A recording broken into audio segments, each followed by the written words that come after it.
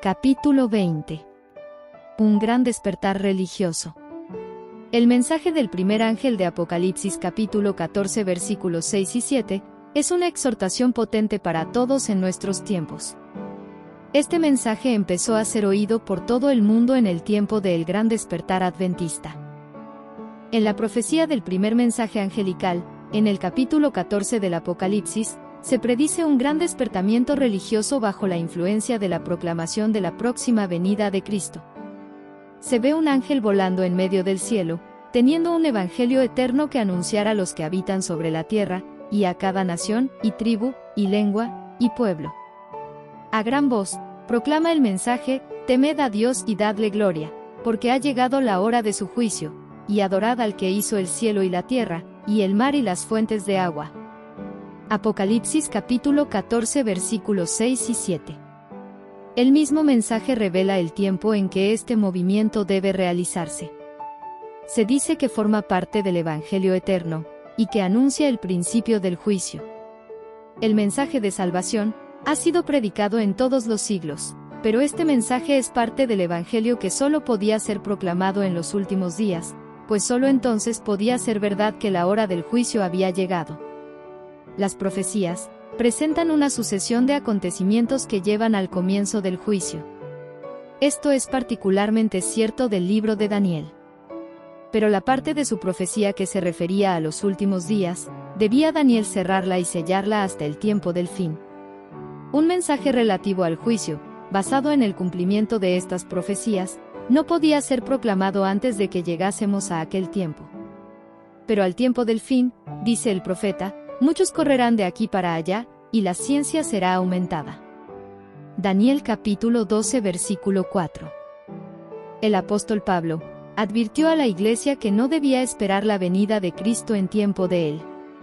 Solo después que se haya producido la gran apostasía, y se haya cumplido el largo periodo del reino del hombre de pecado, podemos esperar el advenimiento de nuestro Señor.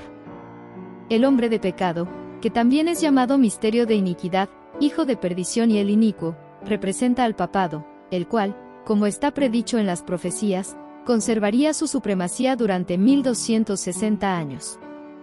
Este periodo terminó en 1798. La venida del Señor no podía verificarse antes de dicha fecha. Pablo abarca con su aviso toda la dispensación cristiana hasta el año 1798. Solo después de esta fecha, debía ser proclamado el mensaje de la segunda venida de Cristo. Semejante mensaje no se predicó en los siglos pasados. Pablo no lo predicó, predijo a sus hermanos la venida de Cristo para un porvenir muy lejano. Los reformadores no lo proclamaron tampoco. Pero desde 1798 el libro de Daniel ha sido desellado, la ciencia de las profecías ha aumentado y muchos han proclamado el solemne mensaje del juicio cercano. El movimiento adventista surgió simultáneamente en diferentes países de la cristiandad. Tanto en Europa como en América, hubo hombres de fe y de oración que fueron inducidos a estudiar las profecías, y que al escudriñar la palabra inspirada, hallaron pruebas convincentes de que el fin de todas las cosas era inminente. En 1821, 3 años después de haber llegado Miller a su modo de interpretar las profecías que fijan el tiempo del juicio, el Dr. Joseph Wolf, el misionero universal, empezó a proclamar la próxima venida del Señor. Al aceptar la gran verdad del primer advenimiento de Cristo, Wolf comprendió que las profecías presentan con igual claridad su segundo advenimiento en poder y gloria. Wolf creía inminente la venida del Señor. Según su interpretación de los periodos proféticos, la gran consumación debía verificarse en fecha no muy diferente de la señalada por Miller. A los que se fundaban en el pasaje del día y hora nadie sabe, para afirmar que nadie podía saber nada respecto a la proximidad del advenimiento, Wolf les contestaba: ¿dijo el Señor que el día y la hora no se sabrían jamás? Además, nuestro Señor no dice que la proximidad del tiempo no será conocida, sino que nadie sabe con exactitud el día ni la hora. Dice que se sabrá bastante por las señales de los tiempos, para inducirnos a que nos preparemos para su venida, así como Noé preparó el arca. Durante los 24 años que transcurrieron de 1821 a 1845, Wolf hizo muchísimos viajes. Perseveró así en sus labores hasta que el mensaje del juicio quedó proclamado en gran parte del mundo habitado. Distribuyó la palabra de Dios entre judíos, turcos, parsis e hindúes y entre otros muchos pueblos y razas, anunciando por todas partes la llegada del reino del Mesías. Desde 1826, el mensaje del advenimiento empezó a ser predicado en Inglaterra. Pero en este país el movimiento no tomó forma tan definida como en los Estados Unidos de Norteamérica, no se enseñaba tan generalmente la fecha exacta del advenimiento, pero la gran verdad de la próxima venida de Cristo en poder y gloria fue extensamente proclamada. Circularon profusamente las publicaciones adventistas procedentes de los Estados Unidos. Se reimprimieron libros y periódicos en Inglaterra. Y en 1842, Roberto Winter, súbdito inglés que había aceptado la fe adventista en Norteamérica, regresó a su país para anunciar la venida del Señor. Muchos se unieron a él en la obra, y el mensaje del juicio fue proclamado en varias partes de Inglaterra. En la América del Sur, en medio de la barbarie y de las supercherías de los ministros de la religión, el jesuita chileno Lacunza se abrió camino hasta las Sagradas Escrituras y allí encontró la verdad de la próxima vuelta de Cristo. Impelido a dar el aviso, pero deseando no obstante librarse de la censura de Roma, publicó sus opiniones bajo el seudónimo de Rabí Ben Ezra, dándose por judío convertido. Lacunza vivió en el siglo XVIII, pero fue tan solo hacia 1825 cuando su libro fue traducido al inglés en Londres. Su publicación contribuyó a aumentar el interés que se estaba despertando ya en Inglaterra por la cuestión del segundo advenimiento. En Alemania, esta doctrina había sido enseñada en el siglo XVIII por Bengel, ministro de la Iglesia luterana y célebre teólogo y crítico.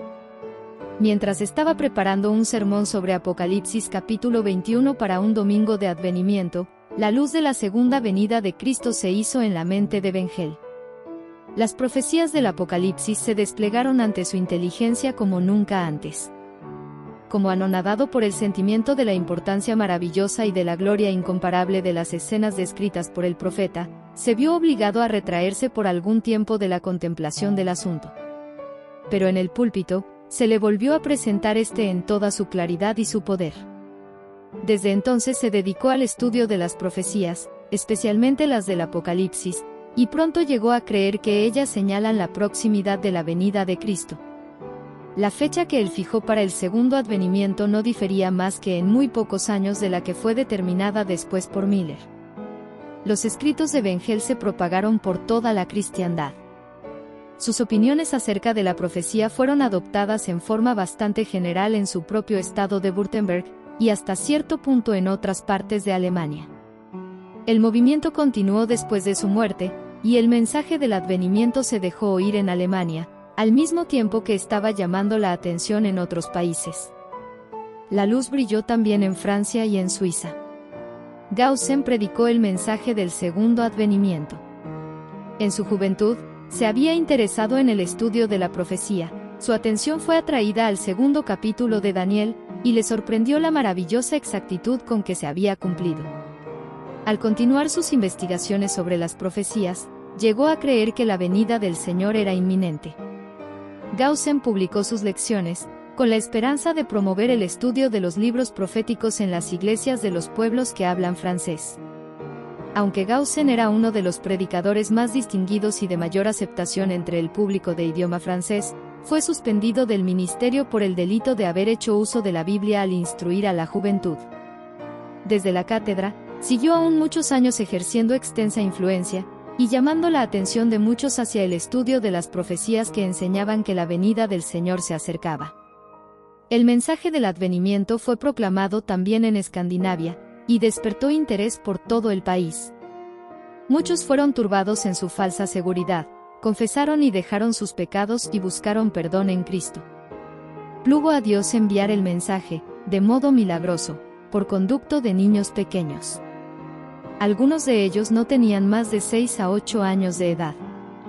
Dios quería que las nuevas de la venida del Salvador fuesen publicadas en los países escandinavos, y puso su espíritu en los niños para que la obra pudiese hacerse. A Guillermo Miller y a sus colaboradores, les fue encomendada la misión de predicar la amonestación en los Estados Unidos de Norteamérica. dicho país vino a ser el centro del gran movimiento adventista. Allí fue donde la profecía del mensaje del primer ángel tuvo su cumplimiento más directo. Los escritos de Miller y de sus compañeros se propagaron hasta en países lejanos.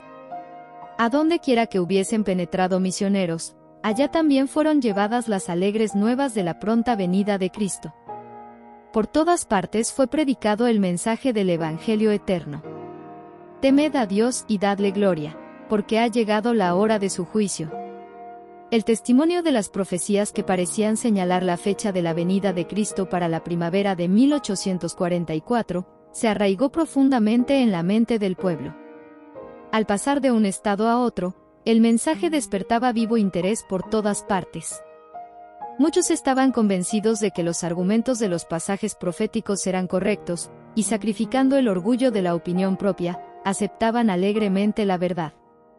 Algunos ministros dejaron también a un lado sus opiniones y sentimientos sectarios, y se pusieron a proclamar la venida de Jesús. Fueron sin embargo comparativamente pocos los ministros que aceptaron este mensaje, por eso la proclamación de este fue confiada en gran parte a humildes laicos. A pesar de la oposición de Satanás, la obra siguió adelante, y la verdad del advenimiento fue aceptada por muchos miles. Por todas partes se oía el testimonio escrutador que amonestaba a los pecadores, tanto mundanos como miembros de iglesia, para que huyesen de la ira venidera. Como Juan el Bautista, el precursor de Cristo, los predicadores ponían la segura a la raíz del árbol, e instaban a todos a que hiciesen frutos dignos de arrepentimiento. Sus llamamientos conmovedores contrastaban notablemente con las seguridades de paz y salvación que se oían desde los púlpitos populares. Y dondequiera que se proclamaba el mensaje, conmovía al pueblo. El testimonio sencillo y directo de las Sagradas Escrituras, inculcado en el corazón de los hombres por el poder del Espíritu Santo, producía una fuerza de convicción a la que solo pocos podían resistir. Los pecadores preguntaban llorando: ¿qué debo yo hacer para ser salvo? A menudo se oían voces de ardiente intercesión. Por todas partes había almas que con angustia luchaban con Dios. Muchos pasaban toda la noche en oración para tener la seguridad de que sus propios pecados serán perdonados, o para obtener la conversión de sus parientes o vecinos.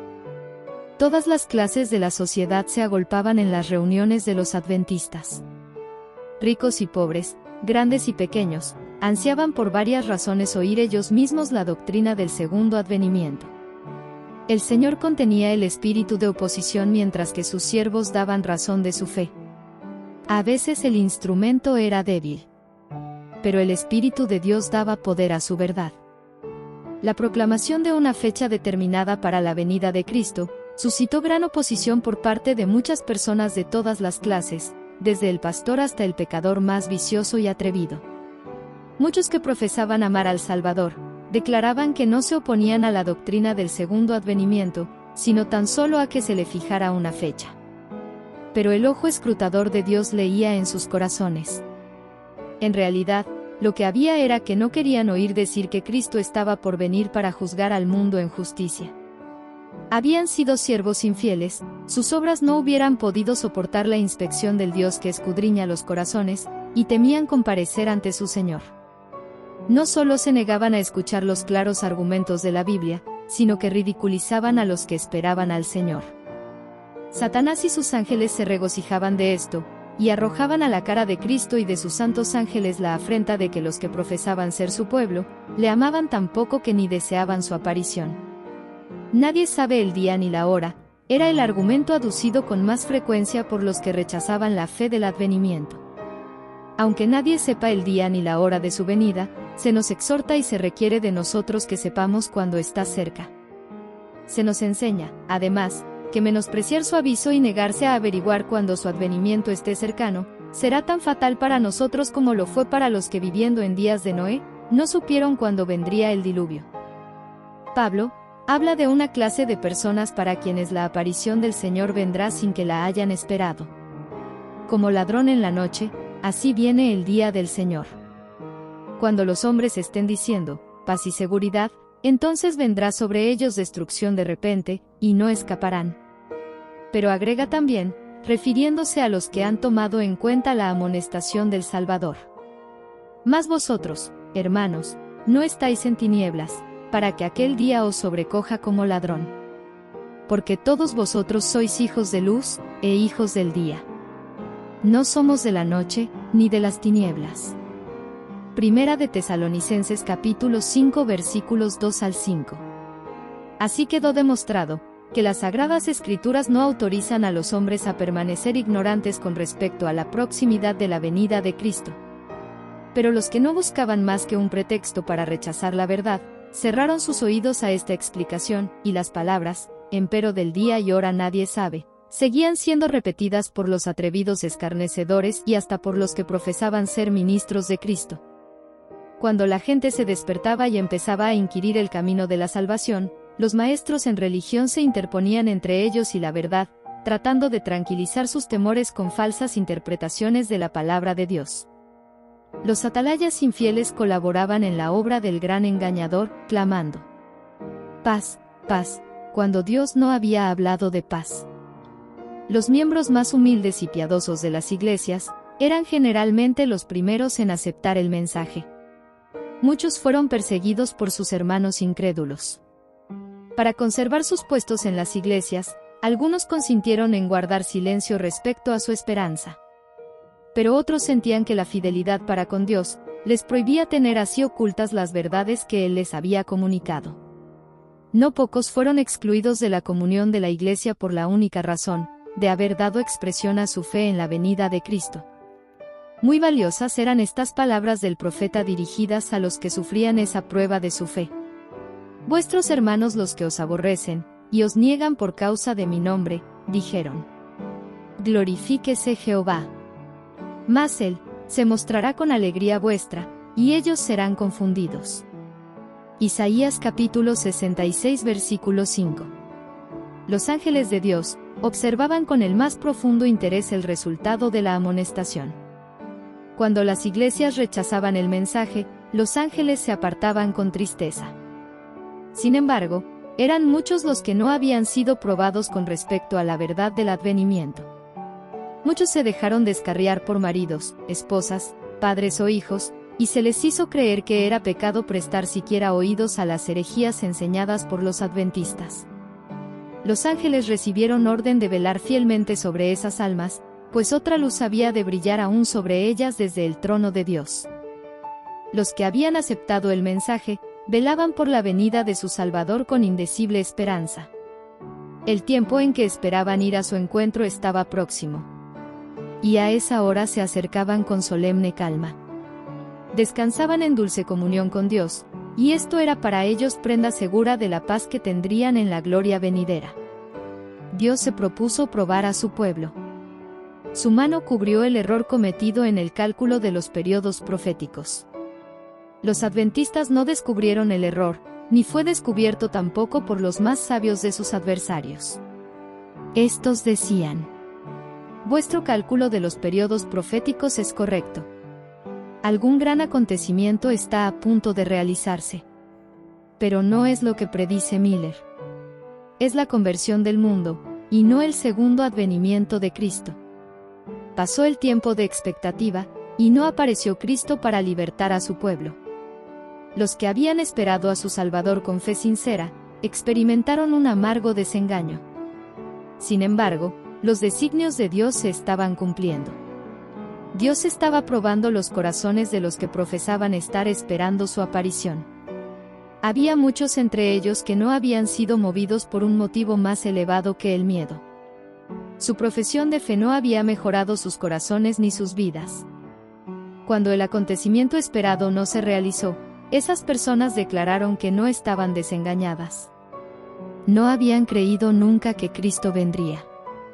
Fueron de los primeros en ridiculizar el dolor de los verdaderos creyentes. Pero Jesús, y todas las huestes celestiales, contemplaron con amor y simpatía a los creyentes que fueron probados y fieles aunque chasqueados. Si se hubiese podido descorrer el velo que separa el mundo visible del invisible, se habrían visto ángeles que se acercaban a esas almas resueltas y las protegían de los dardos de Satanás. Para que seamos para alabanza de su gloria, nosotros que antes esperamos en Cristo. en el cual esperasteis también vosotros en oyendo la palabra de verdad, el evangelio de vuestra salud. En el cual también desde que creísteis, fuisteis sellados con el Espíritu Santo de la promesa. Efesios capítulo 1 versículos 12 y 13. UAIT Elena G. 1913. Un gran despertar religioso, resumen, la gran controversia 1999 de la página 427 a la 447.